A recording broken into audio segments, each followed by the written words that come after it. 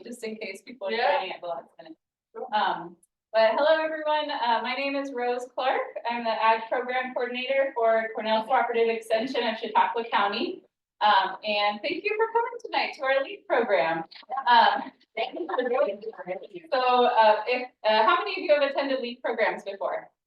Yeah, awesome. Okay, so LEAP stands for Learn, Empower, Achieve, Farm, and it's our effort to connect people, especially beginning and aspiring farmers, to educational resources related to agriculture, and we use that term very broadly, right? So some of our classes are food preservation related, some are crafty, like knitting or with local wool, some are business classes, right? Social media marketing for farms, business planning, and then some are more technical. And a lot of them also serve the purpose of educating like normal people out in the world about farms too. So it's not always directed to farms, sometimes it's educating the general public. So this is a wonderful program. We hope that you'll join us for more. If you signed up with me online, then you're on our email list. And I also ask that you take a look at the feedback form, and there's a section, a pre-section, so you can go ahead and fill that out as you can, and then at the end, fill out the post form and leave it for me at the end. So Jody approached me about this course. It is an awesome topic, and I'll leave it to you to take it away. Sure, thank you. Thank you. Hi, everybody. My name is Jody Gray, and I am with the Chautauqua County Equestrian Trail System, and I'm also on the board of the Friends of the Chautauqua Greenways. I'm involved with a couple of different organizations in Chautauqua County, and in my research and studies of stewardships of trails and things going on, we have discovered there is a need in Chautauqua County. I have a background extensively. The majority of my career was spent in travel and tourism. I started out working for the airlines, and then I moved to travel agency and travel promotion with AAA. It was a national organization, and I was a group travel manager for AAA for over 15 years. And I worked with several other travel agencies throughout my career. From the travel agency travel career, I moved into insurance, which is all coinciding with what we're going to be talking about tonight. So I have an interesting perspective and experience with what we're going to be talking about tonight. So I started to become involved with the trail systems in Chautauqua County about 4 to 5 years ago. Myself and a group of investors bought a property that was very close in location to the wonderful trail systems in Chautauqua County. So at that time, I've been a horse girl my entire life, and I started exploring the trail systems and how we could bring horse riding and horseback riding on to the public trail systems. In doing so, I found the Chautauqua County Equestrian Trail System. I became involved more and more, and I decided to get a little bit more involved. But long story short, with the background of everything being involved, the Chautauqua County Equestrian Trail System and some other organizations in Chautauqua County that are all surrounding equine and outdoor recreation set up to do some presentations and outreach at a Equifest, which was in Hamburg, New York. In setting up this information session and booth and presentation in Equifest, we discovered something. There was everyone that was interested about coming to Chautauqua County and exploring the extensive trail system that is available. However, there was a lot of question about where can we stay, where can we go, we want to come from out of town, and we discovered and identified that there was a need in Chautauqua County for horse accommodations and overnight guests to take advantage of the wonderful trail systems that we have. So if you're not aware, go ahead and, yep, thank you. we have too many technical difficulties. Go back one. Sorry. We've been having technical difficulties all day. Is that the right one? That is the right one. So what we want to talk about is agritourism. So New York State is very different, interesting, and unique with its definition of agritourism. It was the last, well, it wasn't the last, it was one of 3 of the last states to incorporate an agritourism inherent risk law, which protects farms, agricultural businesses under the Agritourism Act, which was inherent risk that was incorporated in 2017. The New York State Horse Council rallied with all of the public officials to include equine activities in their agritourism law. So the wording of the that was weird. In agritourism, defined by the state of New York, is agricultural tourism means activities including the production of maple sap, pure maple products therefrom, farm and winery tours, equine activities both outdoors and indoors, but excluding equine therapy. You pick Christmas trees, sorry, bud. Hiking, hunting, and other forms of outdoor recreation offered to visitors, conducted by a farmer on farm for the enjoyment and or education of the public, which primarily promote the sale, marketing, production, harvesting, or use of the products of the farm and enhance the public's understanding and awareness of farming and farm life. All right, so Chautauqua County is investing in this platform. They have just launched a new incentive, which is called Live Chautauqua, Tour Chautauqua. Again, I apologize. There was all kinds of technical difficulties today, and there was other logos of different organizations, but I think artificial intelligence took them all off. But Chautauqua County Equestrian Trail System, the Chautauqua County Partnership for Economic Growth, Cornell Cooperative Extension, Chautauqua Region Economic Development Corporation, the Friends of the Chautauqua Greenways. We are all working together to promote outdoor recreation in Chautauqua County. The Planning and Development Department in Chautauqua County also has a 3% occupancy tax grant that is available for anyone that's looking to market or have a new campaign. And there's grant and money is available for people that are looking to promote outdoor recreation and bring travelers and tourism into Chautauqua County. But we are all working together. There are several organizations involved in this, and there is going to be a big push in the next coming years to bring everything that we've been working so hard for to fruition.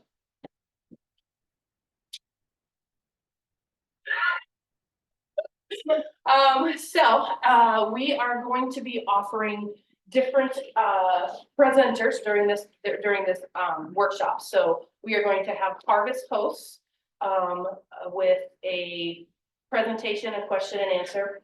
We have a new and upcoming exciting company that just launched, I believe, in March or April of this year called Giddy Up Getaways. It's kind of along the same concept of HipCamp and Harvest Host and other platforms, but it is focused entirely on equines. This workshop isn't just for equines, but that is what we're passionate about, and that's something that I focus on a lot just because it's the nearest and dearest to my heart.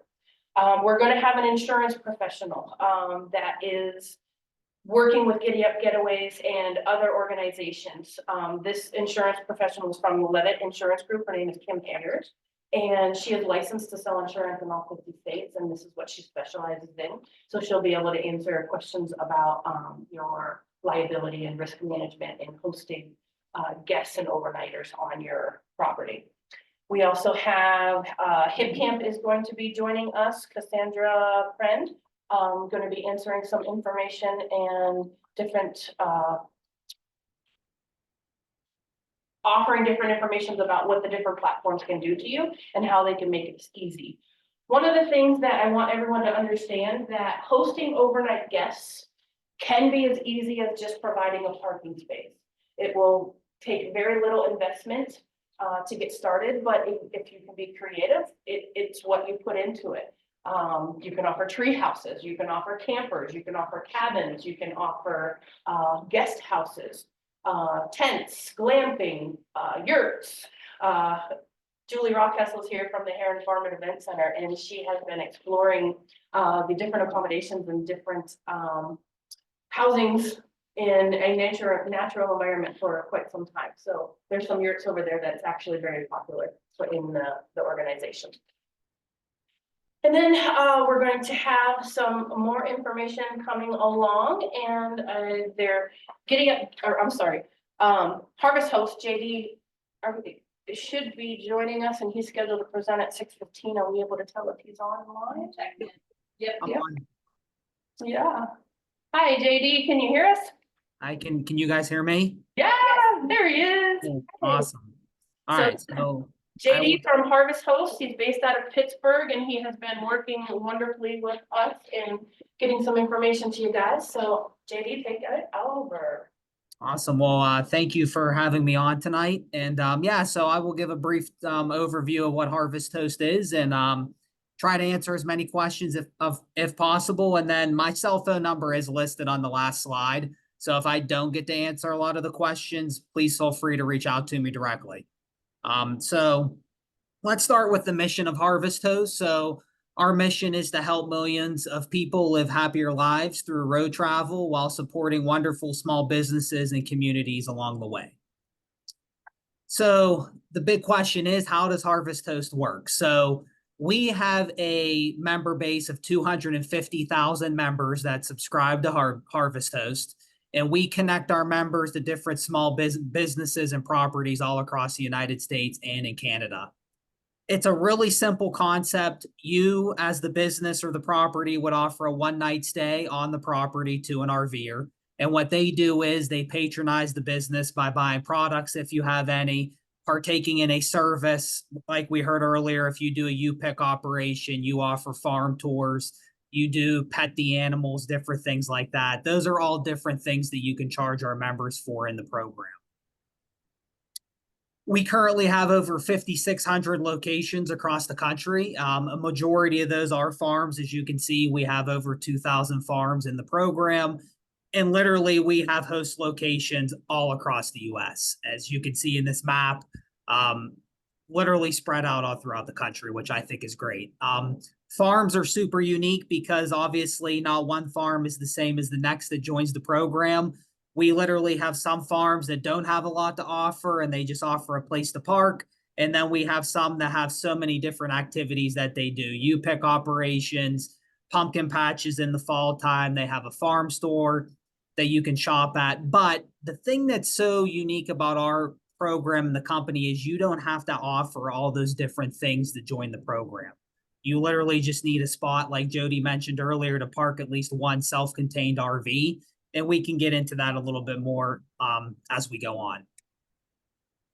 These are just some pictures from some of our unique locations that we have across the country. I always like to throw this into the presentation, and I always like to mention it does not have to be picturesque like these locations. We do have a lot of locations where it's just a unique property that just has a place to park. It doesn't have an orchard or anything like this, but these are some of the unique locations that we do have.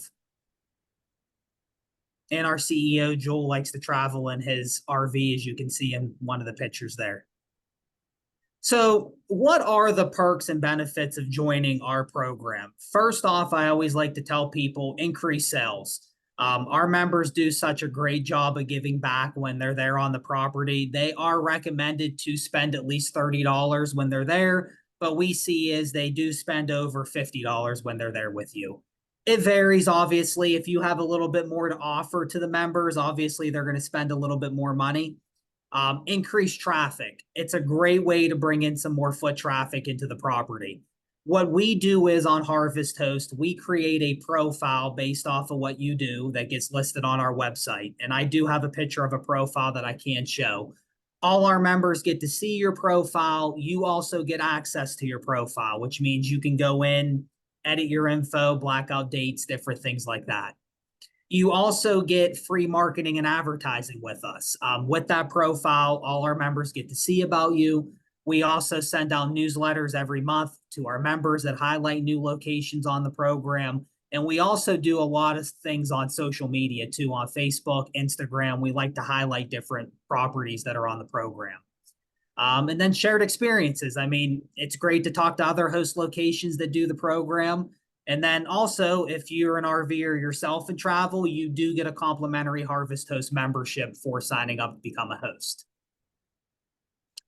So this is a great slide just because this kind of highlights our member base a little bit, because I always get questions all the time of like, oh, what type of members do you guys all have? So we have 250,000 members, like I mentioned earlier. On average this year, we're looking to give back $150 million to small businesses across the country, which is great. Over 80% of the members are over the age of 55. I always like to say that because a lot of the times I'll be talking on the phone with somebody that wants to sign up and they're like, are they a party crowd? I'm like, hey, sometimes maybe, but you don't really see anything crazy like that happening on the properties that they stay at. We do have a lot of people that do travel with pets. Over 50% of the members do, but you do not have to allow people, or you do not have to allow pets on the property if you do not want to. That's completely up to you. We do have a lot of host locations that don't allow pets just because they don't want the pets around the animals. They get nervous with pets around the animals. That's a simple thing that you can list in your profile as no pets are allowed on the property. If you do allow pets, obviously the members do a pretty good job of keeping the pets by their RV leashed and different things like that. But those are all different things that you can literally list in your profile. So what is required to host with us? Pretty simple. You literally just need a place to park at least one RV. They're all self-contained. So you don't need water. You do not need electric. If you have amenities like that, you can charge the members for using those, but you do not have to have anything like that to host with us. Products and services to sell, those are great. Members can also make a donation if it's a nonprofit, or they can leave a donation for just staying the night. Employee awareness is a big one. So we run into issues sometimes where if there's multiple people that are working on the farm or working on the property, just make sure that everybody knows about the program. And a website or Facebook page. You do not have to have a website or Facebook, but it's encouraged just so we could pull a lot of the pictures and stuff directly from your Facebook or your website. And then what is not required? Like I mentioned, all the RVs are self-contained, so you do not need electric or water. There's no investment to join. With our program, it is free to sign up, and you are not locked into a contract or anything like that with us. So you could try the program, see if it's a good fit, stay on the program for as long as you would like. And then you do not need any RV experience to join. We have so many people that join the program that literally don't know anything about RVs until they start hosting with us. And I always think it's funny. People will call me 6 months down the road once they start hosting, and they're like, we've learned so much from hosting with you guys. Different size RVs, different type of people that travel in our RVs, different things like that.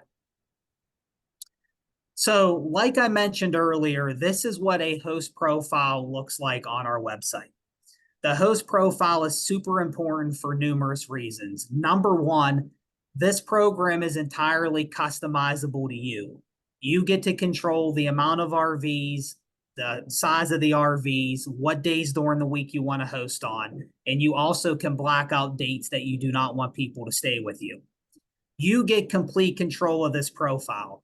So if there's days that you want to black out, if you're a seasonal location where you just want to host 3 to 4 months out of the year, that's perfectly fine.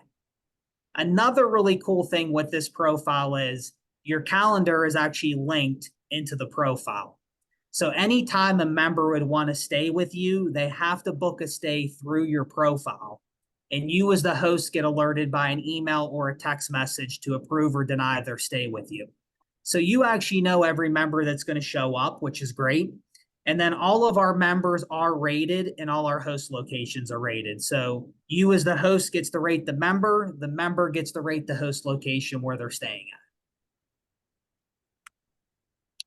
And then this is just our mobile app. I always recommend for people to download the Harvest Host app if you do sign up to become a host, because you literally can control everything directly from your cell phone. If you don't want to be in front of a computer, you don't have to be. You literally can control everything from your cell phone. It's really user-friendly too. We actually just rolled out a new website and an app probably about a month and a half ago. And then these are some of the questions that we normally get from the hosting side of things. Like I mentioned earlier, do I need to offer electric or water hookups? You do not. Like I mentioned, you can charge for amenities if you have those available. Are you able to charge for a parking spot? You are not able to charge a member for the first night of dry camping. If you want to offer additional nights, that is completely up to you to decide. And that's a case by case basis if you want to do that or not. And then the main question, what about liability and insurance? So all of our members do sign a code of conduct policy when they do join with us. And then we do offer a property protection plan that covers damage to the property. I would just look into your insurance and your liability, and I'm sure Kim will talk about this later on. We work with Kim a little bit. Just check in, make sure that you guys are allowed to host overnight guests on the property. And then it's a win-win program. So it's cost-free marketing for you at the property. We do have a lot of hosts on average that make about $15,000 more in revenue a year. I always tell people this always, it depends on how much products and how many services you have on the farm. That varies time to time. I mean, we do have a lot of farms, for example, that make way over $15,000 in extra revenue, and we do have some that make a little bit less. Networking and connection with members, you make great friends by hosting. I mean, I tell people RVers, it's a big word of mouth community. When they travel at a location, there's different Facebook groups that they're on where they say, hey, I just stayed at this location, and members want to go there because one person stayed there. And then you also have complete control of when and who you host. That, to me, that's the most important thing. Like, you control your calendar, you control the amount of RVers that you want to host. I would not start hosting 5 RVers at a time. I would start off with a small amount, like 1 or 2. And then you can always adjust that as you go. You don't have to start high scale and hold 5 RVs at a time if you don't want to. And that's really all I have about the Harvest Host program. So I did list my email, and that is my personal cell phone number that's listed on there. If you have any questions about the program, you want to move forward and try the program out, you can give me a call directly. You can email me. It's a really simple process to get signed up. You get signed up. We have a whole onboarding team. They create the profile for you. It's nothing that you need to do on your end. And then you will get a couple emails from our onboarding team with your username and password for the profile. So that's the Harvest Host program. I don't know if we have some time for a couple questions or. We do also have your contact information on the paperwork that is for everyone as well, JD. Awesome. One of the questions I have is, does Harvest Host allow their members to bring horses if the host allows it? Yes, as long as the host allows it. And I actually get this question quite often because we do have quite a few equestrian farms on the program, and they ask me this all the time. As long as the host allows it, then yes. I mean, we do have some members in the program that do travel with horses. I always recommend, if you allow that as a host, just make sure you highlight that in your profile so the members know.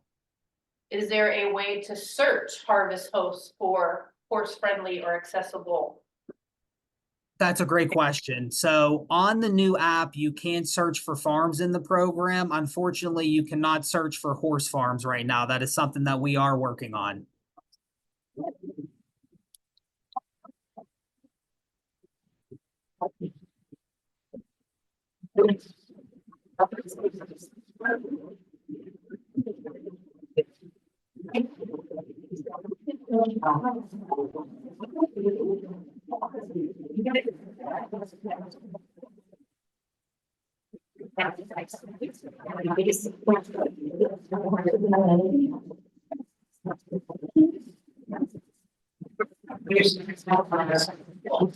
Sorry, guys, I can't hear you.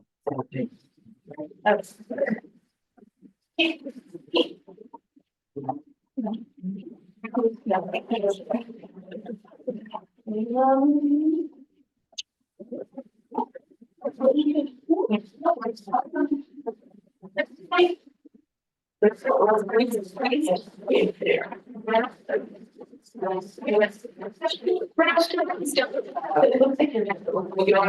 trying to get on this. Yes. Put on this one. Yeah. Going on here.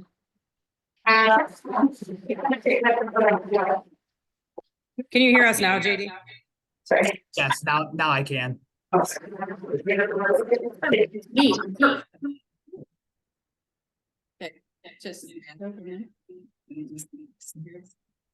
If you shut that, because we're getting feedback. I'll have to turn this off. Yeah.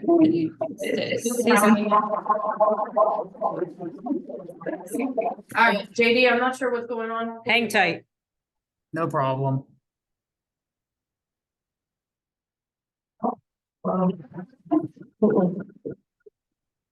I get your sound check. Yeah, we need to be back on this. It's in version.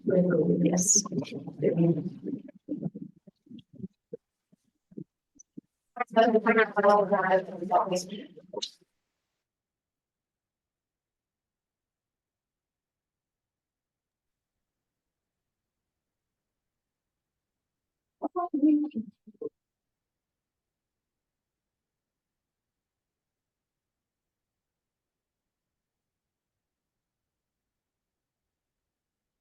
How about now? Is that working?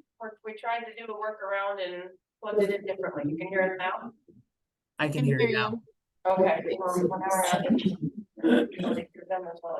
Okay. John's question was, are you able to charge for electricity and water?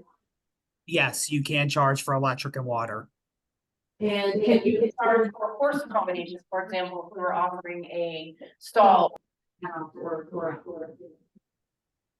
that could be considered an amenity? You can charge for that. The only thing you can't charge for is a dry camping spot. Everything else that you have available, you absolutely can charge for. Does anyone else have any questions for Harvest? What's their membership fee and what's the percentage that? I'm sorry. Did you hear that, JD? I did not. Is there a membership fee and what percentage Do they? do? So. I'll let you. How does a membership, what is a membership fee and how does that work? Do the hosts get any percentage? Okay, I think I understand the question. So if to host, it does not cost anything to join. We make our Harvest Host makes our money off of the membership fee. So we charge the members that are buying a membership a yearly fee to join. The host locations do not pay anything to join, and all the revenue that you generate from the program is yours to keep. Harvest Host does not take any of the revenue you generate. Does that answer the question? Yeah, I would say that ourselves, we can't, it's here to do, if we have a different camper and you couldn't have anything, it was a problem. Is that something that Harvest Host regulates? I couldn't hear the question. I'm sorry. Yeah, the person that was just talking, their mic is distorted. So we can't hear what they're saying.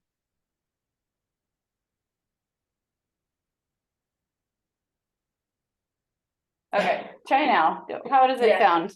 Much better. Okay, great. So the question, JD, was pop-up campers. Someone said that they had looked into Harvest Host and they had an A-frame pop-up camper and it was not allowable. That's correct. It has to be self-contained. So a pop-up camper like that's not allowed because there's not a bathroom or anything in the camper for them to use. Ah, okay. Yes, What if there is a bathroom in the pop-up camper? then it should be allowed that. I would have to look back into that, but yes, it should be allowed. Yeah, I would recommend if you had some issues with that, just to contact them directly. What if the Yep. had a, outlet to the shower and the. They're asking, what if the host has bathroom facilities available for use? That's up to you if you allow members to use them. I mean, we have host locations that allow members to use bathrooms and things that are on the property, and we have others that don't. I mean, I always tell people like, hey, the RVs are already self-contained. If you want to open up another part of the property, that's completely up to you to decide. Okay. All right, I'm gonna try to be a little bit more respectful. I'm sorry because of the audio, I let it go a little bit longer for you, JD, and I apologize to the other presenters. But JD's information is on the agenda. You can reach out to him via email or phone number. JD, thank you so much. Really appreciate it. You were on board with this from the start, and I appreciate it. No, listen, thank you guys for having me on. If you have any other questions, feel free to reach out to me. Awesome. Thank you. Yep, no problem. Yeah. All right, next up, we have Giddy Up Getaways and Joni Gerard. Excited, Joni? We are anxious to hear what you have to offer. That's super. I'm excited to tell you, this has been 2 years in the making. So I'm really happy to actually have a product to show you. So Giddy Up Getaway, it started, I was laying on the couch for like 3 weeks waiting for my insurance to approve back surgery. And I was miserable. And I told my husband, I said, when I get back on my feet, we're going to giddy up and we're going to get away and we're going to take the horses. And so while I was laying there, I started trying to plan a trip out west, and it was literally frustrating, super time consuming. All I could find was like directories of host farms. And I would have to take that information from the directory, go to a map, try to route it out. It was not user friendly at all. So let me just start by saying that this has been a labor of love. And my motto is I want it to be a blessing to people and not a burden. So my 2 goals have always been for it to be super user friendly and affordable for both the hosts and the guests. So with that being said, can you see and hear me okay? Yeah, perfectly. Thank you. Super. So for the people that are present, I did ship some brochures, which really tells you a lot of the details about hosting, but I will say that there are 3 functions that Giddy Up Getaway does. The first thing you can do is plan a trip, which you'll see right here. The second thing you can do is so basically, let me go back to plan a trip. Say you are in my hometown of Lake Wales in Central Florida, and I want to say go up to Wisconsin. Now, granted, I just launched April 1st, so I don't have a whole lot of hosts, but I can map and route my trip and then see, hosts that I could stay at along the way. You can hover, click, get more information on the site, from that page. And then the other thing you can do is if you want to take your horses on vacation and really explore, which was the feature that I wanted to do, you can search by region. So I want to go out west. And you can search by activities. So of course I would want to be next to horse trails. I don't know if anything's going to come up in my search results because I'm so brand new. Oh, look, we have 3 things. So those are 2 of the main functions that Giddy Up Getaway does. The other thing that it does is you can actually become a host. I wonder if I can minimize this. So the first thing you would want to do is to sign up. I did want to take a little bit of time and show you how super simple it is. Once you click that sign up button, you're just going to come in, put in your information, and literally, let me get going here. Then you'll just follow the prompts, which is a series. What's the problem here? I think I left it stagnant too long or something.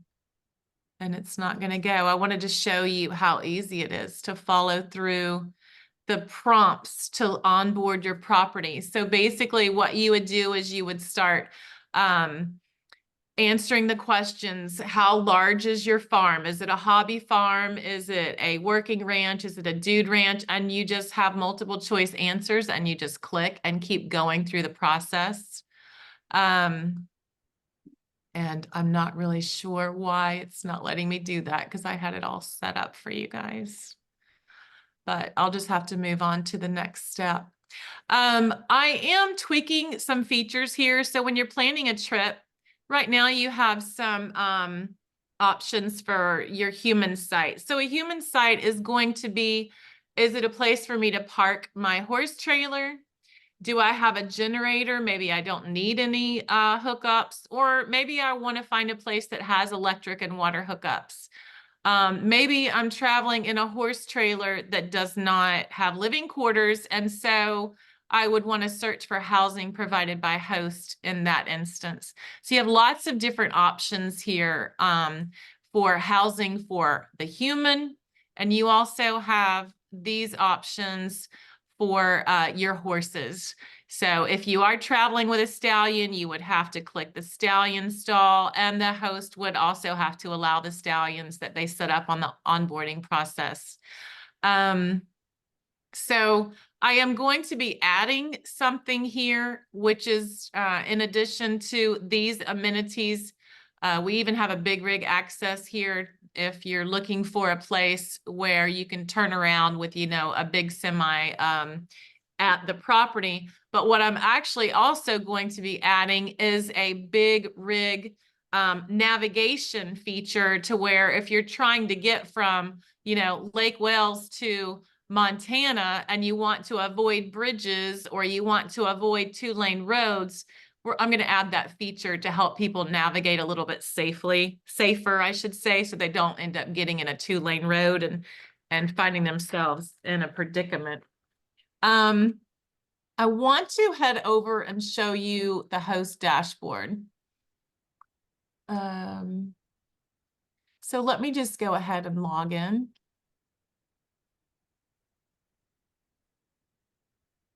I'm sorry, I was logged in, but I guess I waited too early. So you'll see right here, we have all the bells and whistles of Airbnb. So basically this platform is very similar to Airbnb, except the niche is we're catering to people traveling with their own horses. So I have a notification here. It tells me that Anna G made a reservation at my farm and they're waiting for my approval. So just like what JD was saying, you have to approve or deny a reservation. Let me show you where you go to do that. So in this drop-down menu, you would navigate over to your host dashboard, and you'll see right here, pending review, pending reservations. So I could click on Anna's name here to look at past reviews from her trips that she's booked through Giddy Up Getaway in the past. She doesn't have any. It's my daughter, and we're super new. So that is a feature that will be super helpful in the future, but we just don't have it right now. That's okay, we're new too. Yes, yes. So this little reservation card gives me just a real quick snapshot of what she's wanting. I'm going to pretend like I checked her reviews and she was an excellent guest in the past. So I'm going to approve her. So when I approve her, you will see that she's now moved over to the coming up. So coming up is anything 8 days or in the future from the reservation check-in date. Arriving soon is going to be, 1 to 7 days. And then people that are at your property, their card will move to here. You'll see that this function now changed from approve or deny. And now I can just send her a message from right here if I want to. This tab, after she leaves, I'll have a notification and a card here to where I need to give her a review for the next place that she wants to rent. So, or book, so that they can see basically her rating, how she did. So a lot of those bells and whistles and functions of Airbnb, I've tried to incorporate here to make it super user-friendly. You will also see everyone gets an inbox. Anna texted me before she booked this layover and said, "I love your lake views. Can I bring my 6 dogs?" So you do have the function to communicate with potential guests before they actually book, and then also during and after. So the inbox is super helpful. 2-minute warning, Miss Julie. How many minutes? 2. Oh, boy. Okay, so let me head over just to show you from the guest point of view. There is a guest dashboard. Of course, it's my hope that all hosts will also be guests and guests will also be hosts. So you would have access to both dashboards. Here is the guest dashboard. Again, you have the search bar here. She has favorited some things that she's seen that you want to maybe visit in the future. If you have a reservation booked, that would show up here. And you can actually navigate from here whenever it gets closer. So if I have a few moments left, are there any questions from anyone that I can answer? I'm trying to look at my notes real quick to see if I missed anything. But are there any questions? The cost structure? Sure. So Airbnb charges 14 to 18% the host for each reservation.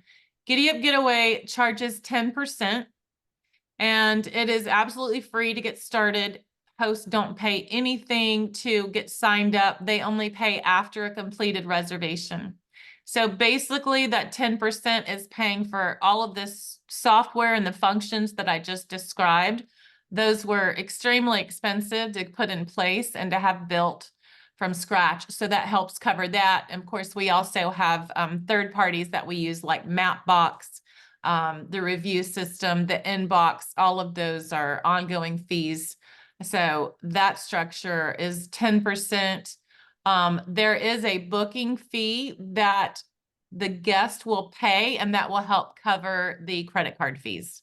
I think that's at 3.5%, 4%, but I would have to go back and look to be sure.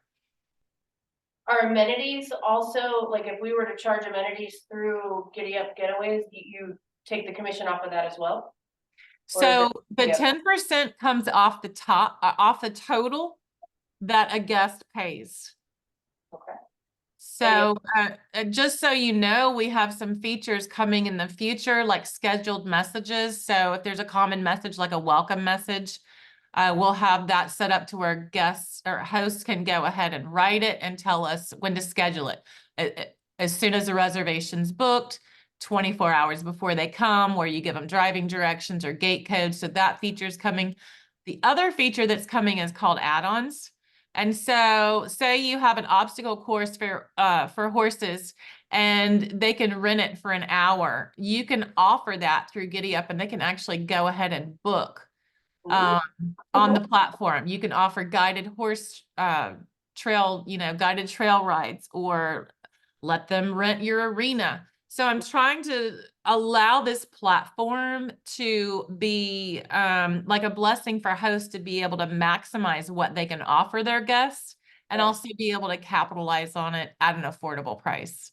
Okay, if you're able to stick around, Joni, there's probably going to be some more questions at the end if you're not pinched. I'm happy to stick around. Yeah, and all of Joni's information is also listed on the agenda and on the brochure that we handed out to everybody today. Joni, thank you so much.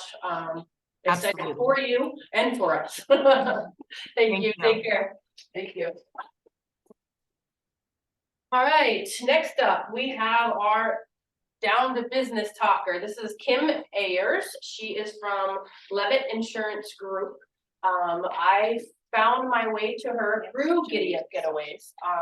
She is, like I mentioned in the beginning, she has been specializing in this type of specialty liability insurance, and she's licensed in all 50 states. So there we are, Miss Kim. Thank you, thank you. I need a minute to figure out how to share my screen. Yeah. Let's give this one a shot.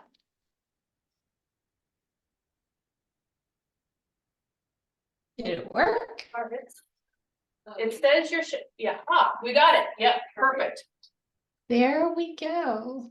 Well, thank you very much for having me. All of these industries are super close to my heart. I don't know how I landed in insurance. They kind of drug me over here kicking and screaming. But I am a horse person, and I serve the agritourism industry for insurance. And I'll just jump right into I will try. to the presentation so that we can probably have a lot of time for questions. I know the overarching topic is for farm stays. So the kind of insurance that you need for your farm stays, of course, are commercial liability. I do work with harvest hosts. One of their requirements is that you have a commercial policy to cover those farm stays. You probably have a farm liability exposure. If you're a stable, it would be an equine liability. And then some places are just running on a homeowners. The different kinds of liability policies, farm liability is for farming. It's meant for sowing, tending, harvesting, tractors down the road, that kind of stuff. Some farm carriers have an agri-pack that they will add on to the farm liability that covers the agritourism. Some of the, I am a commercial specialist, so I don't have a whole lot of farm carriers. I have some. Nationwide, American Family, Farm Bureaus, to my knowledge, all have that agri-pack, and that should cover these exposures. On the other side is the general liability, which is more a commercial exposure. And that includes your farm stays for sure, food and beverage, gift shop, your overnight guests, whether you're providing accommodations or they're bringing their own units. And then some carriers that I'm familiar with and work with a lot are Century, Scottsdale, and K&K.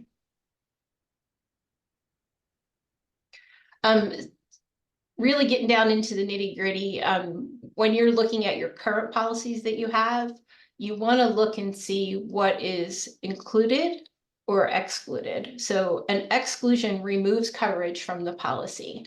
I can tell you that Scottsdale is a common carrier in this space, and they have an animal bite exclusion. So if you were doing horses, or you had a petting farm, you probably wouldn't want to be with Scottsdale, even if you're allowing dogs on property. It's just something to consider. And then endorsements add coverage back. So say you're with a equine carrier and you want to work with Giddy Up Getaway and you want to add the humans in. Well, that's not something that they're typically seeing on an equine policy. It's meant to cover equine liability. So you would see if you could have the overnight stay endorsed onto the policy. And then for your property coverage, you want to check some homeowners, most homeowners, some farm policies don't allow for mixed use regarding commercial exposure. So Joni probably knows this better than anybody. I've had a lot of farms in Florida where wind coverage is really hard to get there. So if you're with the state plan for wind, they won't allow any commercial exposures or they'll cancel that policy. So it can get really complicated. Have a real open, honest conversation, share your policies with the agent that you're working with, drop a bomb on them, make sure they know everything that you're doing so that you're not surprised down the road thinking, well, this is liability, what does that have to do with my property? And then they cancel your policy. We started out in the beginning talking about the inherent risk, and I learned this week that equine is included in agritourism inherent risk in New York. It's one of the only states that I'm aware of that doesn't. Normally, the laws are separate, so that's a beautiful thing. You can kind of merge it all together. Each state has its own requirements for signage. Plaster these suckers everywhere. That law is in place to protect you. The easiest thing for somebody to say is, well, I never saw that. Well, everywhere they're pulling in, where they're parking, on your website, use this to your advantage. I know someone that likes to say, well, you could sue a ham sandwich. You can, someone could sue through the inherent risk law, but your first step of protection is to have the signs posted. And they have to meet certain requirements of how big the sign is, how big the font size is, and where they're placed. This is a hot topic, waivers. I have a very big mother hen instinct and a small risk tolerance. I want to see my clients using a waiver. basically, this is an acknowledgement of the risk. Because they're going to say, I didn't see the sign, I didn't understand. So capturing that acknowledgement is your waiver. And I'm sure most of the websites have a way that you can do it on the website when they're making their reservation. You're signing a waiver for most of the things that you do in your life now. This helps to protect you. So in the event of a claim, you would send pictures of where it happened, a picture of the sign, and the first thing I'm asking you for is your incident report and a copy of the waiver to go with it. You want to arm your carrier with as much ammunition as they can to protect you. And every state is different. So if you get a template from somebody or a sample, you want to make sure you have an attorney check it that it's applicable in New York. That's it. I kept it short. If you kept it short, I'm gonna touch base on the New York inherent risk a little bit more before we ask questions of Kim. So New York is very specific in the signages and the bill that was passed. And we have the New York State Horse Council to thank for equines being included in the Agritourism Act, because that is unheard of. Like, I was really tickled pink that I could tell Kim, guess what? She's like, it's not included. I'm like, Right? So that is something really wonderful for New York. But one of the stipulations under New York is that you have to customize your own sign for your property and what is accessible and available and the risk factors that could be involved. And another thing you have to put is that if you do not want to be here and you were charged for anything, that you have to offer a refund. So we can get you further information about that. But does anybody have questions about your exposure, your liability, any insurance specific questions for Kim? Yes, Like an LLC help protect you. So the question was, Kim, does having an LLC help protect you? Having an LLC will create a corporate veil for you. So when you sign up with one of these websites, you would make sure that you're signing up under the LLC so that you're protected by that coverage. But if you have them staying with you as a person, that's how you would sign up for it. So it creates an extra layer, but it's not going to prevent someone from suing you if something happens. The owner of the LLC is protected by the LLC policy. So if you're a manager or a member of the LLC, you don't have to be a named insured. We would insure the name, and then you have coverage underneath of it as the person. Any other questions? Insurance is gonna be the biggest one for getting nailed with questions. You're getting off easy tonight, Kim. I probably took the wind out of everybody's sails. They're like, no, we don't talk to her. Yeah.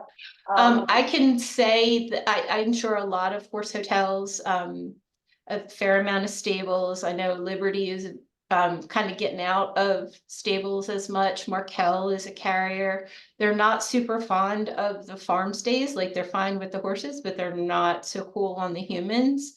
So it's a coverage that you should talk to your agent and make sure that you've got it. Don't make an assumption that it's going to be there.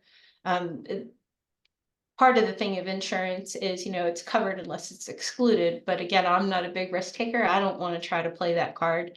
I've written policies for both farms on Giddy Up Getaway and Harvest Hosts.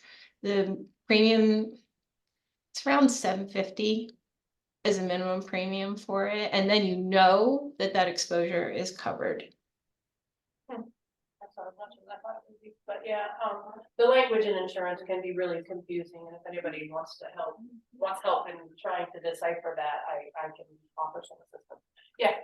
Can you have two insurances then, one for the horses and one for the humans, two separate policies? Separate policies, Kim, did you hear that? Yeah, you can. So if you have a big equine operation and you love your equine carrier and they say, no, you can't have people stay overnight, that's where I would come in and write a commercial policy for the overnight exposure of the farm stay. All right, Thank you very much. I appreciate all welcome. your help and support through all of this. You've also been a great information source for this. Thank you. I'm happy to help. Thank you. All right, and next up, we should have Cassandra. Ooh, Cassandra, she is with us. She is here from HipCamp. She's actually at a conference out in California, but making time for us, and we really appreciate it. Thank you, Cassandra. Thank you, Jody, and thanks so much for having me. And I'm gonna say thanks for your patience in advance. My internet connectivity has left something to be desired today, which I'm sure we've all had experience with 1 or 2 times. So if I cut out, I will return.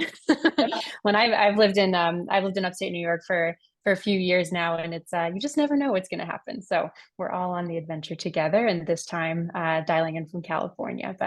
But thrilled to be here and really appreciate the opportunity to chat.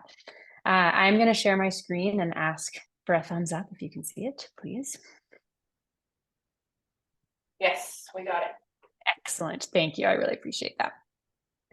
Okay, so my name is Cassandra. I'm here today speaking to you from HipCamp, and I've been with the company since 2016. So I've had the pleasure and the privilege of working with landowners all over the country for quite some time now, and I'm really excited to become into this group. I know that New York is just one of the most beautiful places I could possibly imagine for camping and overnight stays on farms. So really excited to be here with you all. I am going to spend some time today just talking about what HipCamp is, in case you're not familiar. I'll share how our platform works, what you need to get started, what we provide as a platform, and then I'll get into a bit of the benefits of camping-based agritourism and introduce you to a few of our wonderful hosts. So just to kick us off here, what is HipCamp? I'm proud to share that we're the world's leading provider of outdoor stays. We partner with tens of thousands of private landowners to create new places to get outside. We help them open their land and create new destinations on properties ranging from 2-acre blueberry farms to 80,000-acre cattle ranches. And we have a community of more than 5 million campers who use our platform to find and book destinations. So our hosts are welcoming campers to hundreds of thousands of sites across the United States, Canada, Australia, and the United Kingdom. And more than 50% of our landowner partners globally are welcoming folks to working lands. So farms, ranches, wineries, orchards. You'll be familiar with the concept. Landowners will sign up with our platform as hosts and create an online listing, which will show the area available to campers who search by location and can book on our website or on our mobile app. And when landowners, hosts, set up their online listing, they set their own price, their own availability, and all of their own rules. Campers book and pay for their stay directly through HipCamp, and hosts keep 90% of what is charged to guests. So HipCamp takes a 10% commission, which covers credit card transaction fees, liability insurance up to $1 million per occurrence, and property protection. And it will also cover a 24/7 support from an incredible international support team that's available should you have any questions or run into any problems. We feature properties that have sites ranging from tent and RV spots to rustic cabins, yurts, tent platforms, and everything in between. I would say our bread and butter is really a bring your own tent or RV site. But our goal is to get more people outside, and we know that different people are looking for different types of experiences. And so there's a real range on our platform, and I like to think that there's something for everyone on HipCamp. When I take my mom hip camping, we use the bathroom filter, we use the cabin filter, we really make sure that she has everything that she needs to be comfortable. Whereas when I go by myself, I'm sometimes looking for a site that I can hike into or a place where I can park a camper. So everybody is looking for something a little bit different, but HipCamp is the place where they all come together, knowing that they can find what they want. As a landowner, you're probably wondering, what do I actually need to get started with HipCamp? And the short answer is less than you think. You can really get started with what you have, which really means all you need is a flat spot where someone can park their RV. You may consider adding amenities as you grow. And if you offer a tent site or a structure like a yurt, it's really important that you're providing amenities like restrooms and are able to dispose of waste in a way that's good for the environment and human health, as well as compliant with all local laws, which could mean a service portable toilet, a waterless toilet, fully outfitted bathhouse. There is a range. Other amenities that campers enjoy, though they're not required, include picnic tables, potable water, designated fire pits. We have a host of resources on how to be a successful, didn't even mean to, on how to be a successful HipCamp host. And I'd be happy to share that via email with this group, or you can always reach out to me if you would like more information on what we recommend. But people really do get started with what they have and then invest from there. I think part of the reason why this is such a great opportunity for folks in agriculture is that it's low barrier to entry and there's not a lot of upfront investment. And so you can dip a toe in and see if it's something that's going to work for you on your property for your business before you take the next step. Other things to consider as you're getting started, my work is in government and community relations, and we really ask that all HipCamp hosts are doing their own research to ensure their activities are compliant with any local laws that may apply on their property.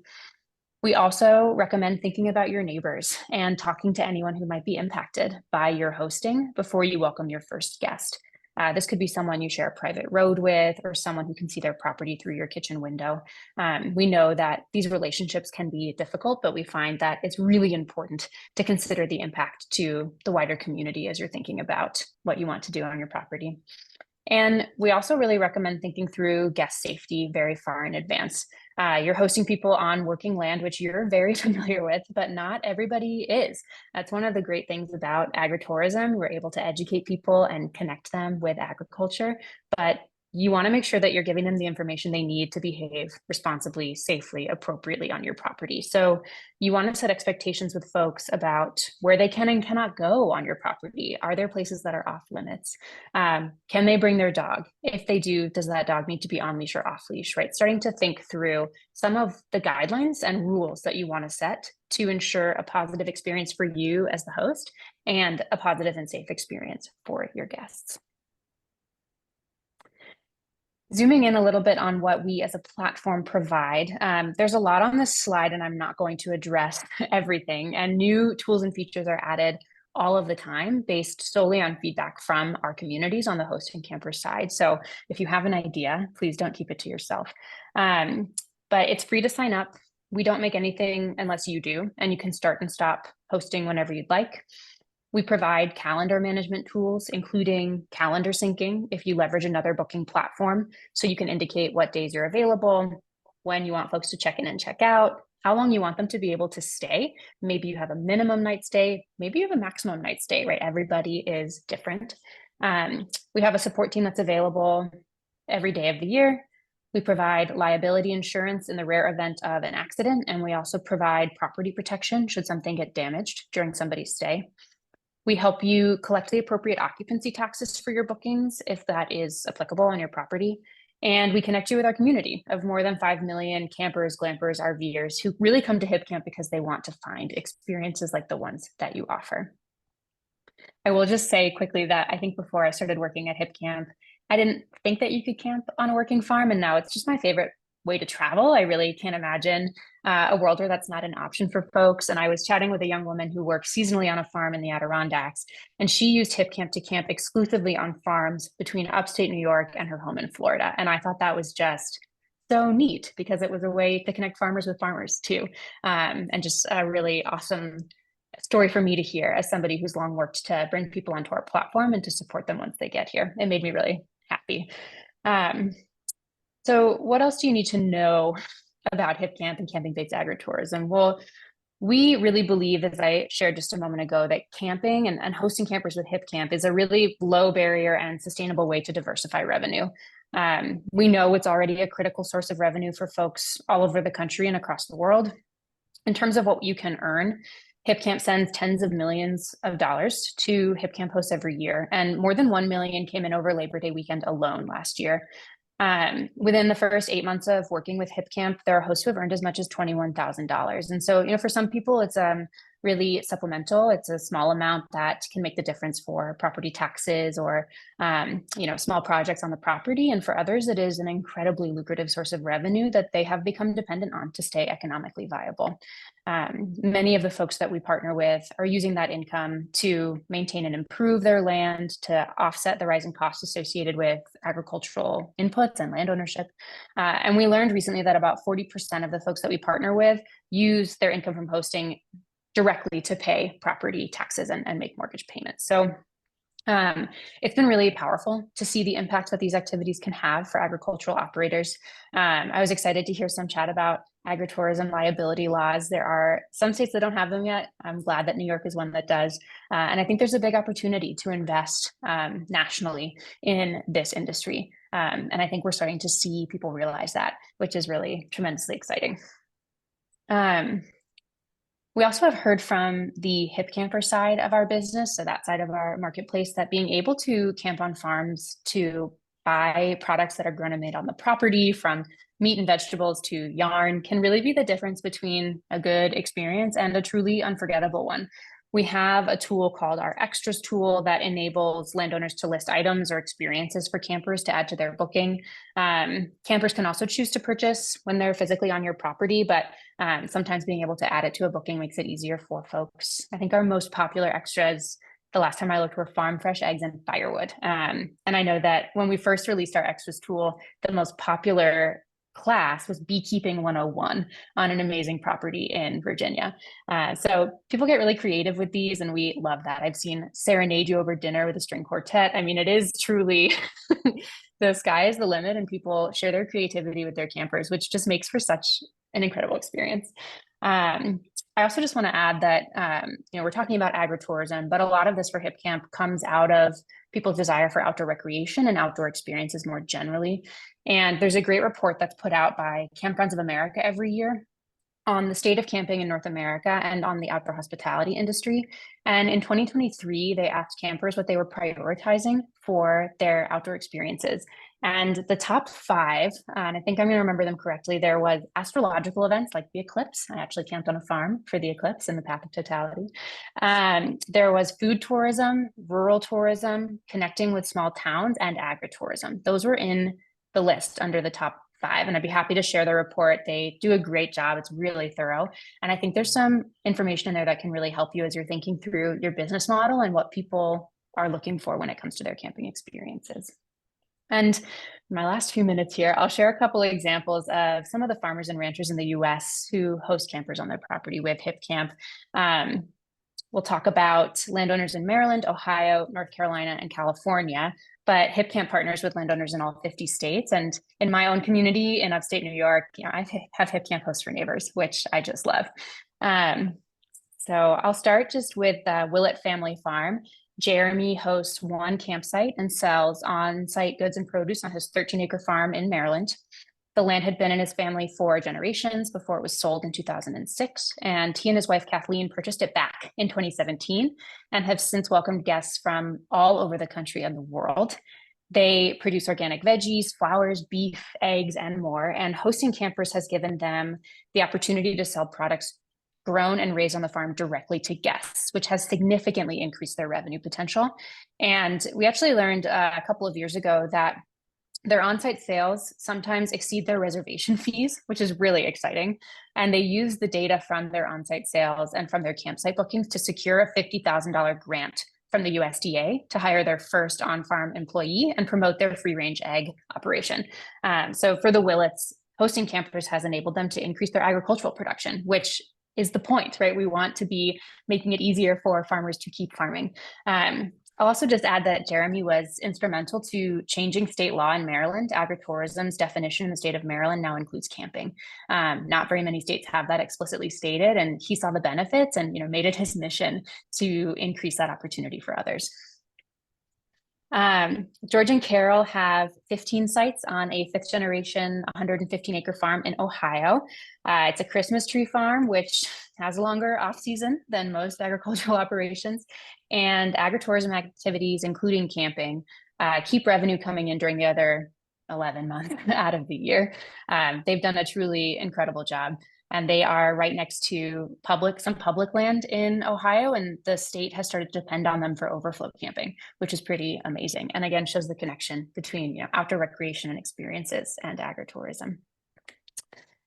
Rick and Catherine in North Carolina have a 95-acre farm. The property was originally a dairy farm. They saved it from development when they bought it in 2017.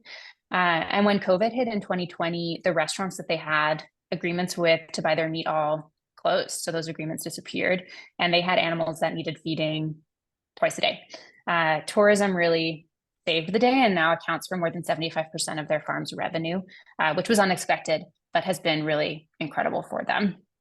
And I think that Catherine now, is kind of on the speaker circuit talking about agritourism and its ability to really just create untapped economic potential on some of these working lands.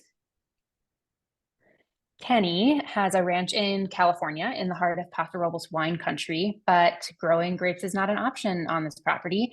Water restrictions have really prevented him from increasing irrigation and up-leveling his agricultural operation. And so his property is 850 acres of grain, cattle, but really open space, right? And he wants to keep this land undeveloped and preserve it. So about 5 years ago, he put campsites, now glamp sites. He's one of those folks that started simple and built from there on his ranch. And over the past few years, they've become essential for his family's ability to own and live on this property.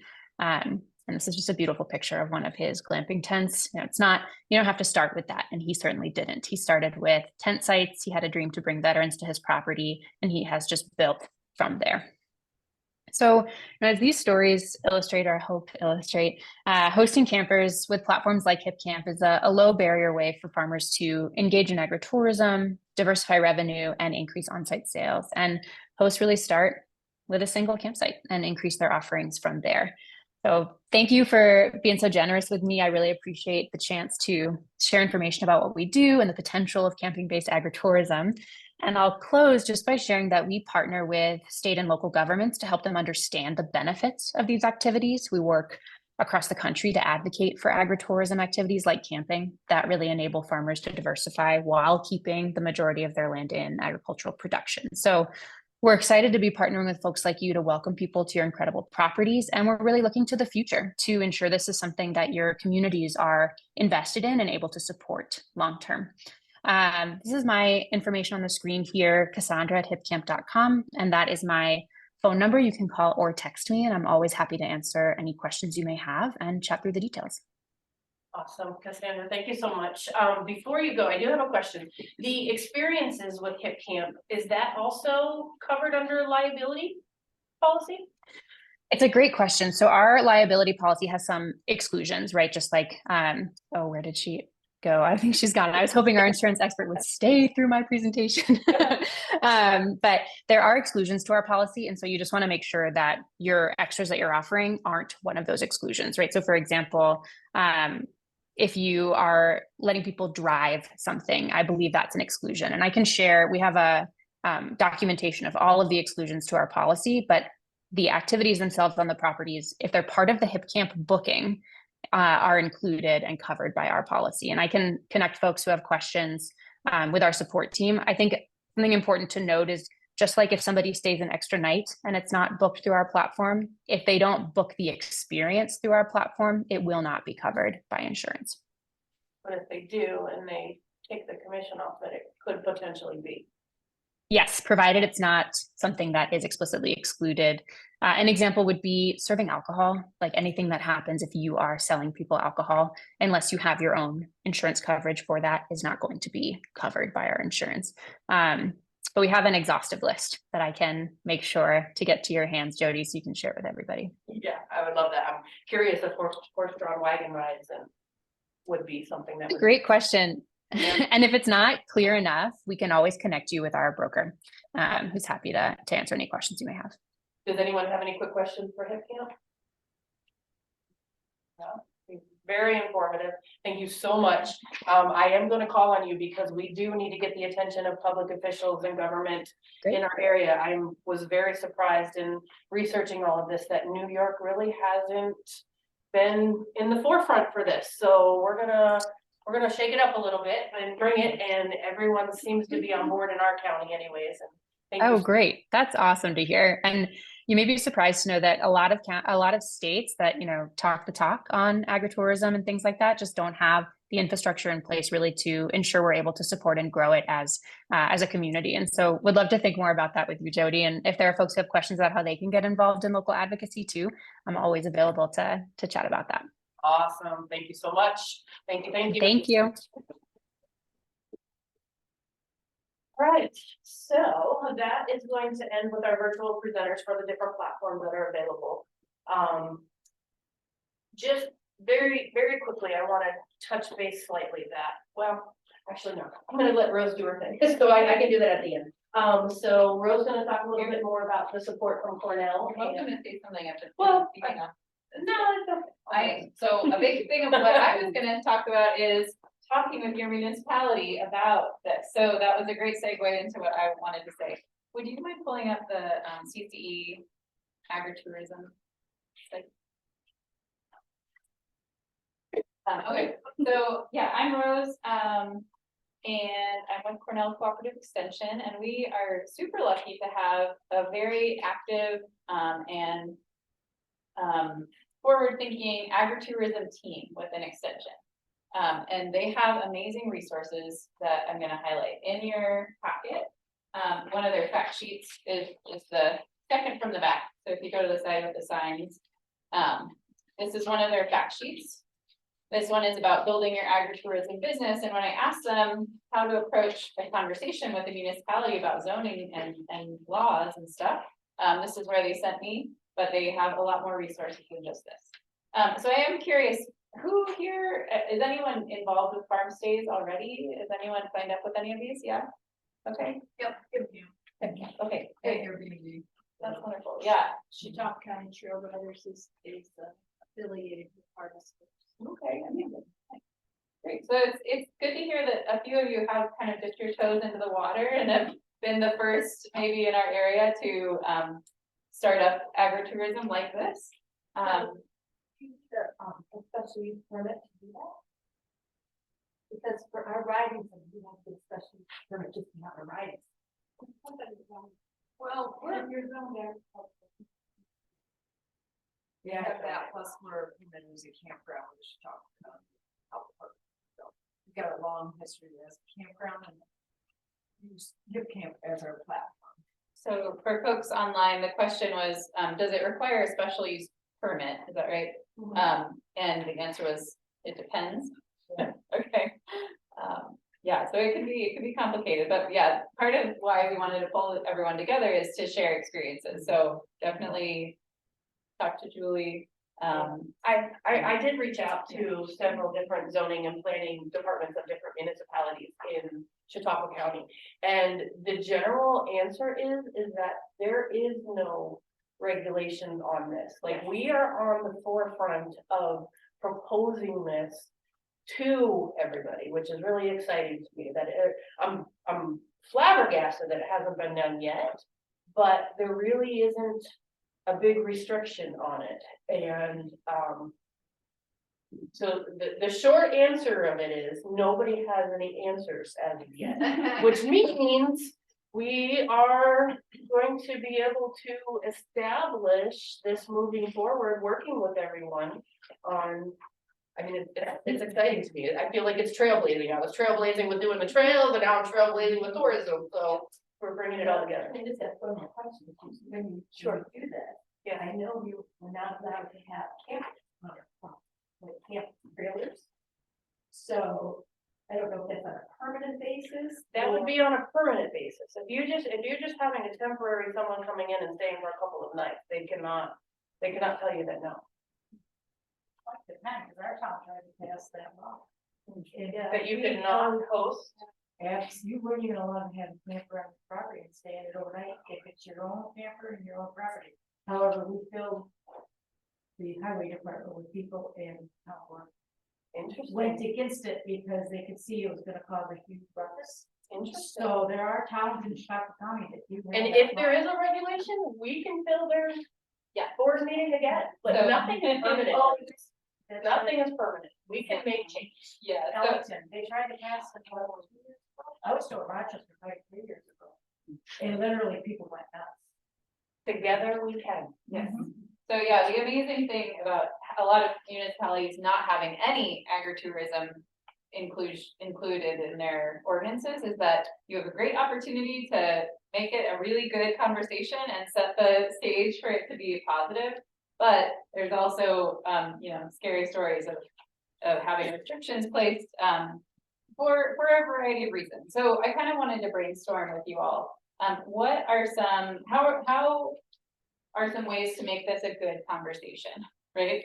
If we can kind of think about what concerns might be and how to address those, I think that would be a really good place to come from. So how do you make this a good conversation with your municipality officials?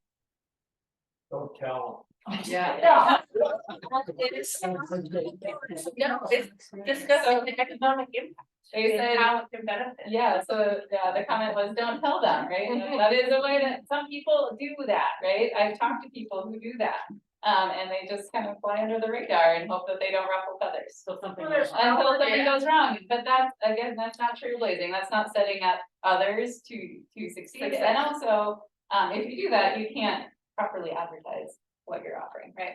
You have to be very passionate. I think the reason why it got overturned, I think even the board was shocked at the passionate behind people that said, how can it be wrong if I have 150 acres and I'm sitting around a campfire in my backyard with my grandkids and my children, and they have their campers there? What's that doing wrong?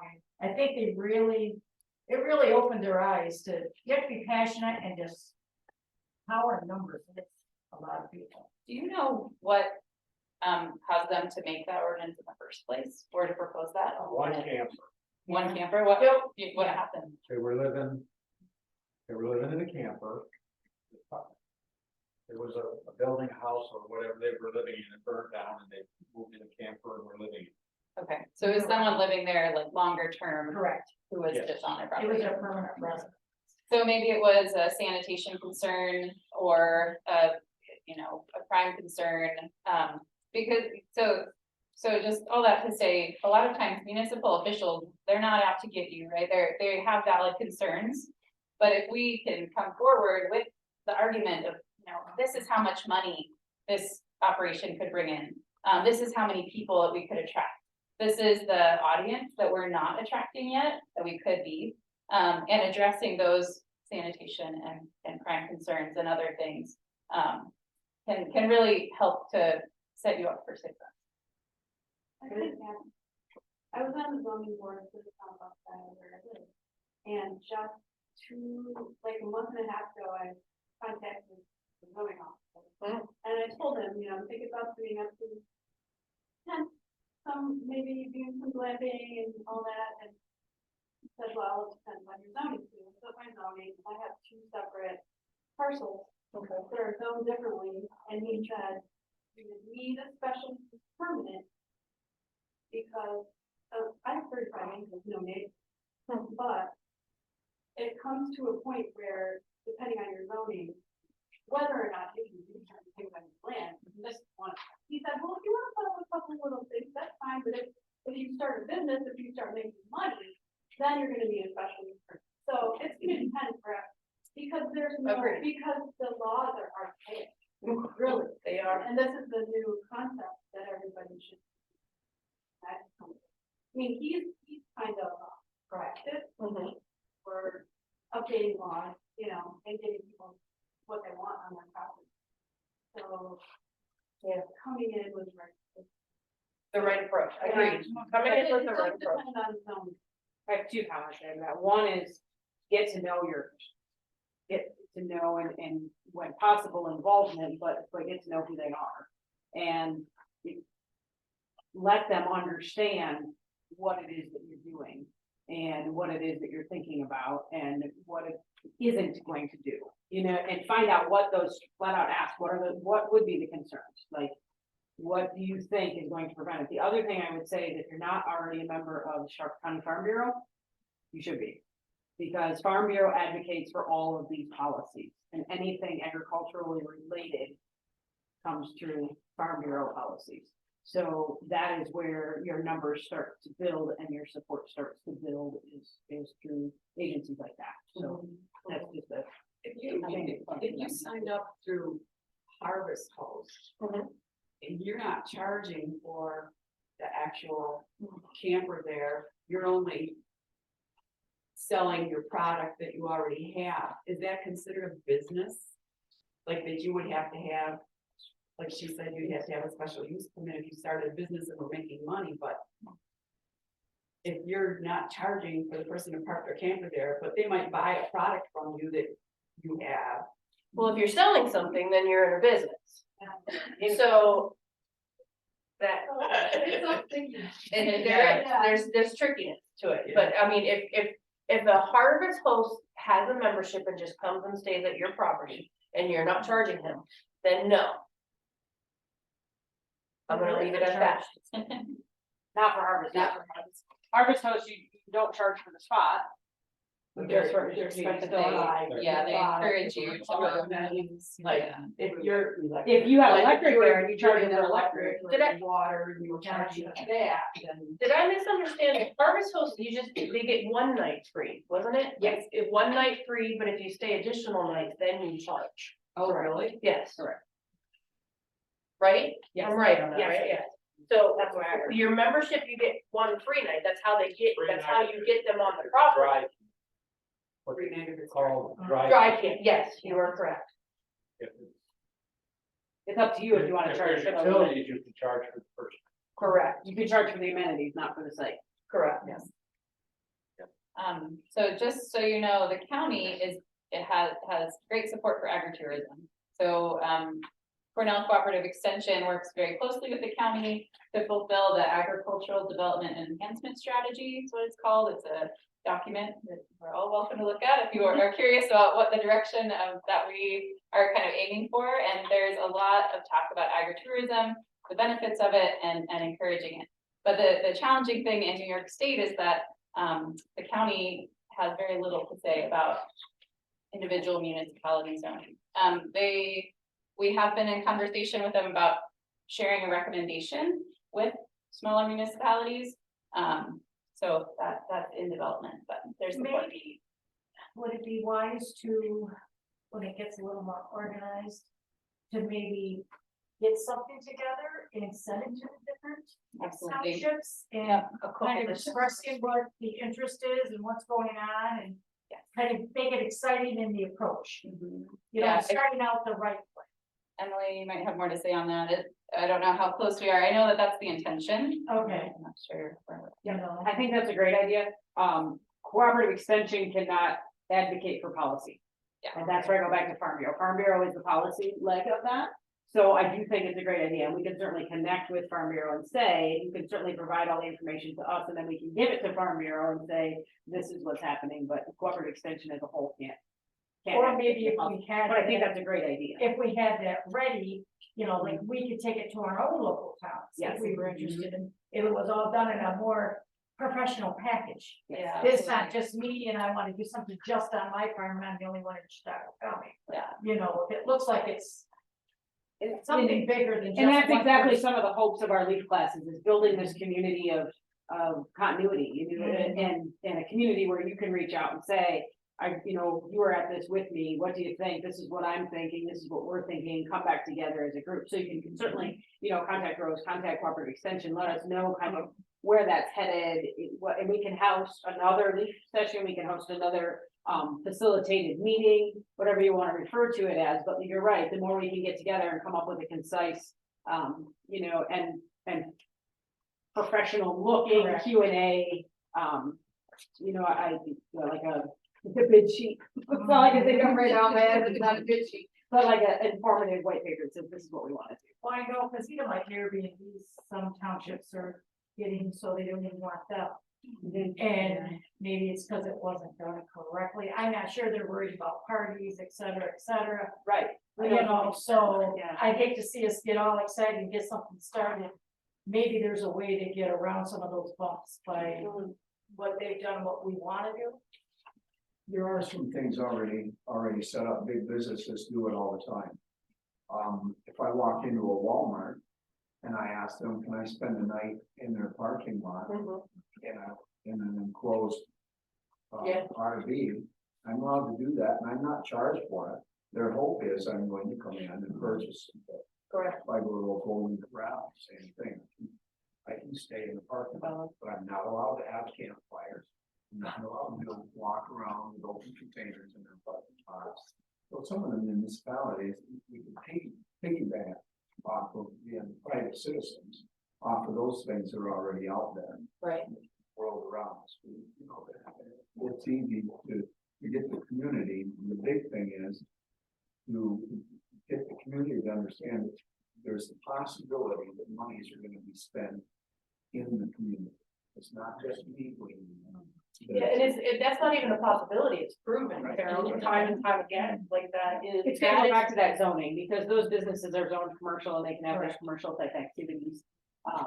And where we're bridging into new ground is if you're zoned agriculture, is agritourism, is this considered part of agritourism? And that's where the nuances are gonna come about, and it's gonna depend on, right now, the municipality. I mean, the ideal thing is that we can get, some agreement across Chautauqua County at least, and get Chautauqua County officials to help the municipalities understand, and then we don't have to do it however many municipalities we have, and lots of them in each one, you know, in Sherman, so we have the village of Sherman, we have the town of Sherman, so they both have to get Chautauqua County on board, then they can help the municipalities with that understanding of. And it's on their radar, like, I mean, that, the whole Chautauqua County Greenways and promoting outdoor recreation and all of the noise that we've been making, like with the Chautauqua County Equestrian Trail System and the ski clubs and the snowmobile clubs and everybody joining forces, providing this multi-use,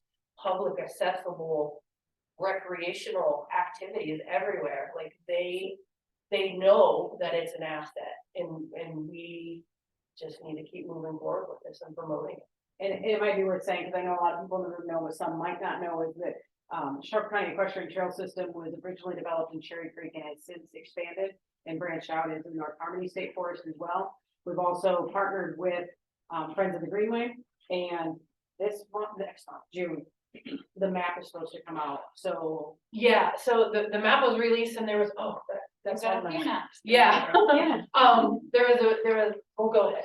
there's a countywide effort in place that will be released very soon with interactive trails mapped in Chautauqua County, all trails. Right now, if you want to ride horses, you have to get our trail maps that are in that. You know, you have to go to CCETS and get or Chautauqua County Trail Riders or wherever to get the right map to know where the trail is. If you want to snowmobile, you have to join the snowmobile club to get their map. If you want to hike, you have to look up the hiking maps from the Visitors Bureau. So the effort is in place and very close to being released to one countywide interactive mapping system that overlays those maps and tells you, you know, which trails you're allowed to take horses on, which ones you aren't allowed to take horses, you know, which ones you're allowed to snowmobile in the winter, which ones you aren't, those type of things.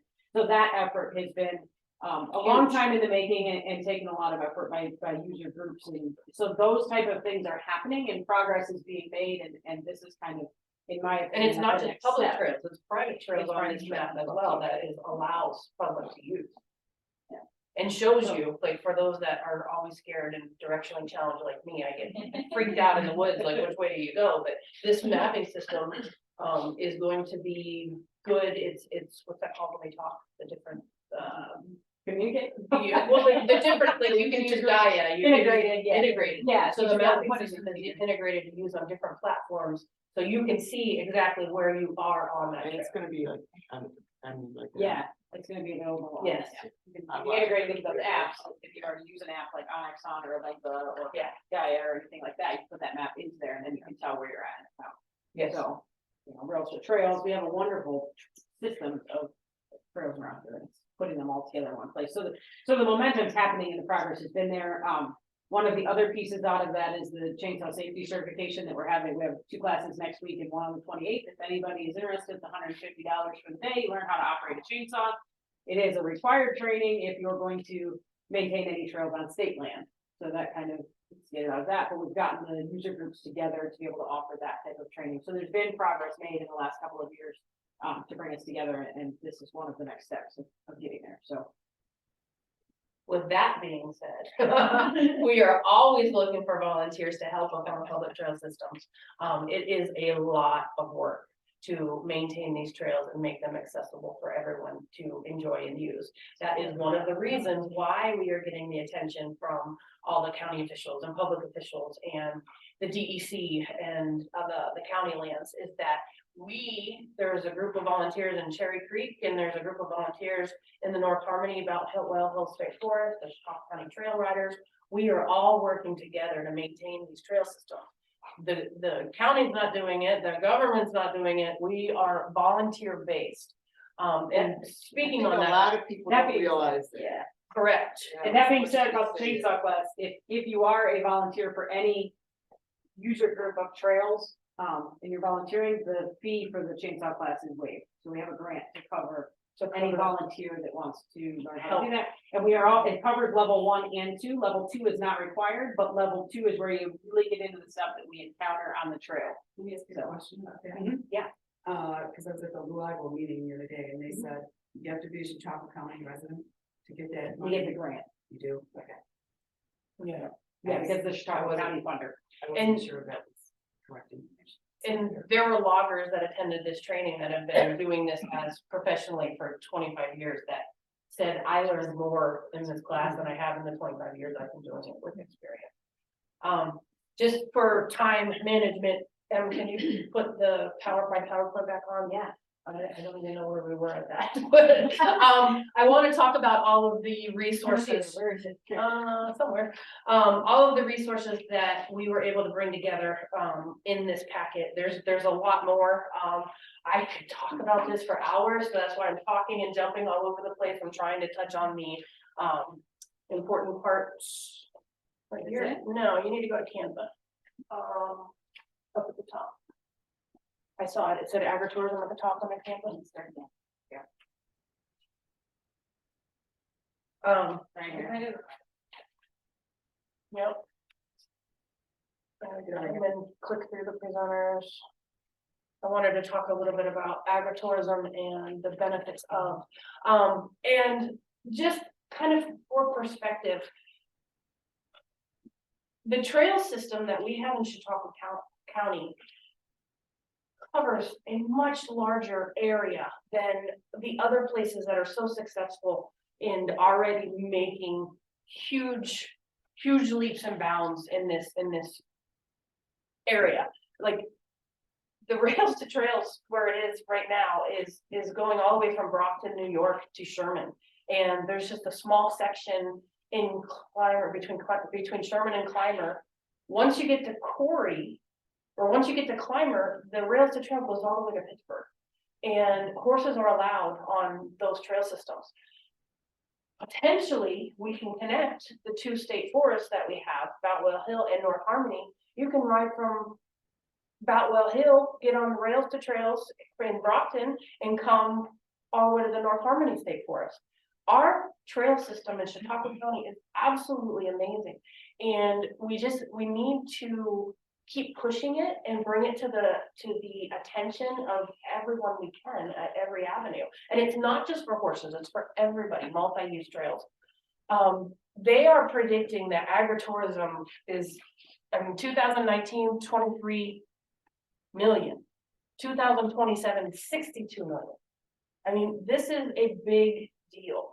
People are realizing that they need to get reconnected with nature. That's another thing that I wanted to touch on. Health and wellness and everything that being outside on these trails does for people. It makes, you can't be out in the forest and not be happy. It improves your health. I think COVID helped a lot. COVID did. They realized how much it helps us. And I'm really passionate about that aspect and the different things that we can offer and do and promote. And I'm really excited about what's to come. I don't know what's go through now. Making a note. I think there's just one more. I think the last one is, what do you do? Oh, this is the Cornell Cooperative. This is what I wanted to touch base on. The Cornell Cooperative Extension Agritourism has their own YouTube channel. And I wish I had enough time with all of you to play all of these, but they're like 30 and 40 minutes each, but it tells you everything you need to do on how and why and what to cover and it's Cornell. It's Cornell Cooperative Extension Agritourism channel. They have a channel on YouTube. Well, so this is where I got this form from, and I was having Emily pull up the site. So the CCE Agritourism, if you search for that, you'll find the site where there's all these fact sheets of a bunch of different ones to equip you with knowledge, right, to approach your municipalities. And then, yeah, if you scroll down. It's a YouTube channel, so if you just went to YouTube and you searched Cornell Agritourism, So you will find it. It will bring up a channel. And then another way to get to it is here, so if you hit resources here. So this resources gets you the fact sheets and it connects you to the YouTube channel. Yeah, Cornell resources. On the back of the Yeah, agenda, YouTube channel, fact sheets. yep. On the back of the agenda, it has the flyer on the Chautauqua County Greenways in all of the projects that we are working on towards things. So there should be another page that has the QR code to become involved with the.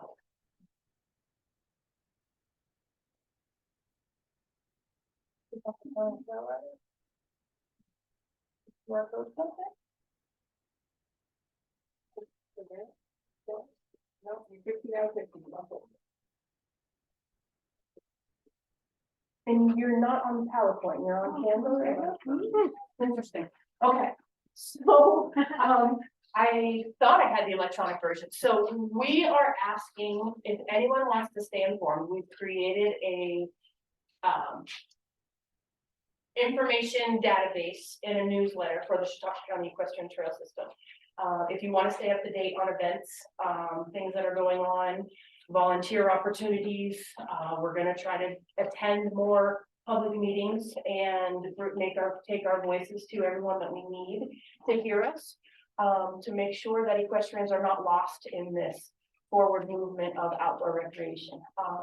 The New York State Horse Council and all of our legacy equestrian promoters, I don't know how to say that politically correct, but they have worked hard to make sure that we are still a voice and we still have access in our area.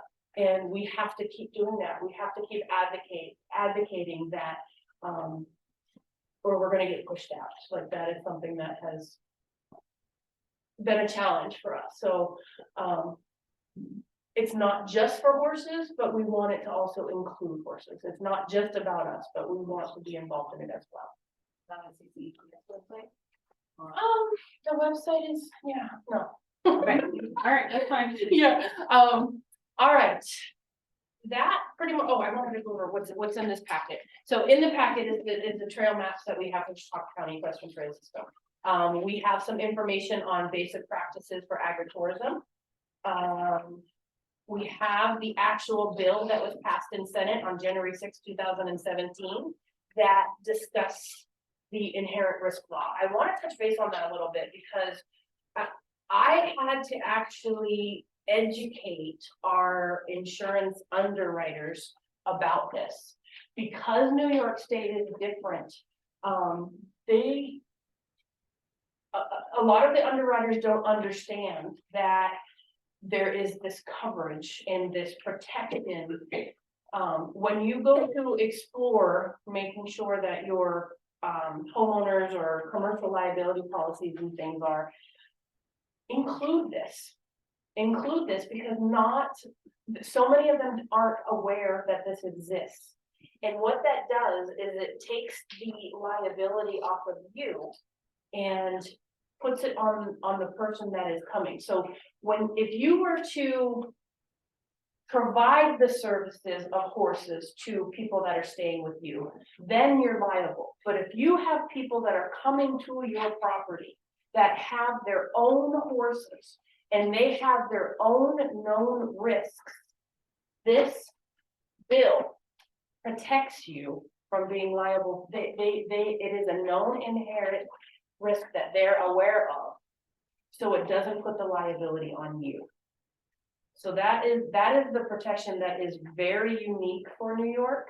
As long as you're not giving them a horse to ride, and as long as you're not providing some kind of service to them, they're coming to you with their horse and they know what they're doing and they're going trail riding and they know what the risks are, then it's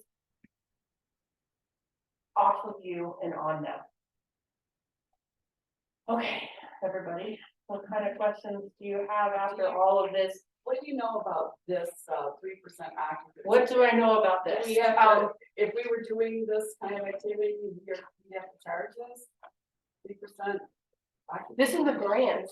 This is a grant that you can apply for funding to cover you. If you are, there is a state, is it state? It is a state or county? County. It is a county tax that, if you were housing or accommodating guests on your property, you are to pay a 3% is it occupancy tax. Right. And then that 3% gets collected and used for programming through grants like this. Correct. And marketing. So marketing. But the booking platforms that you use, this is the grant.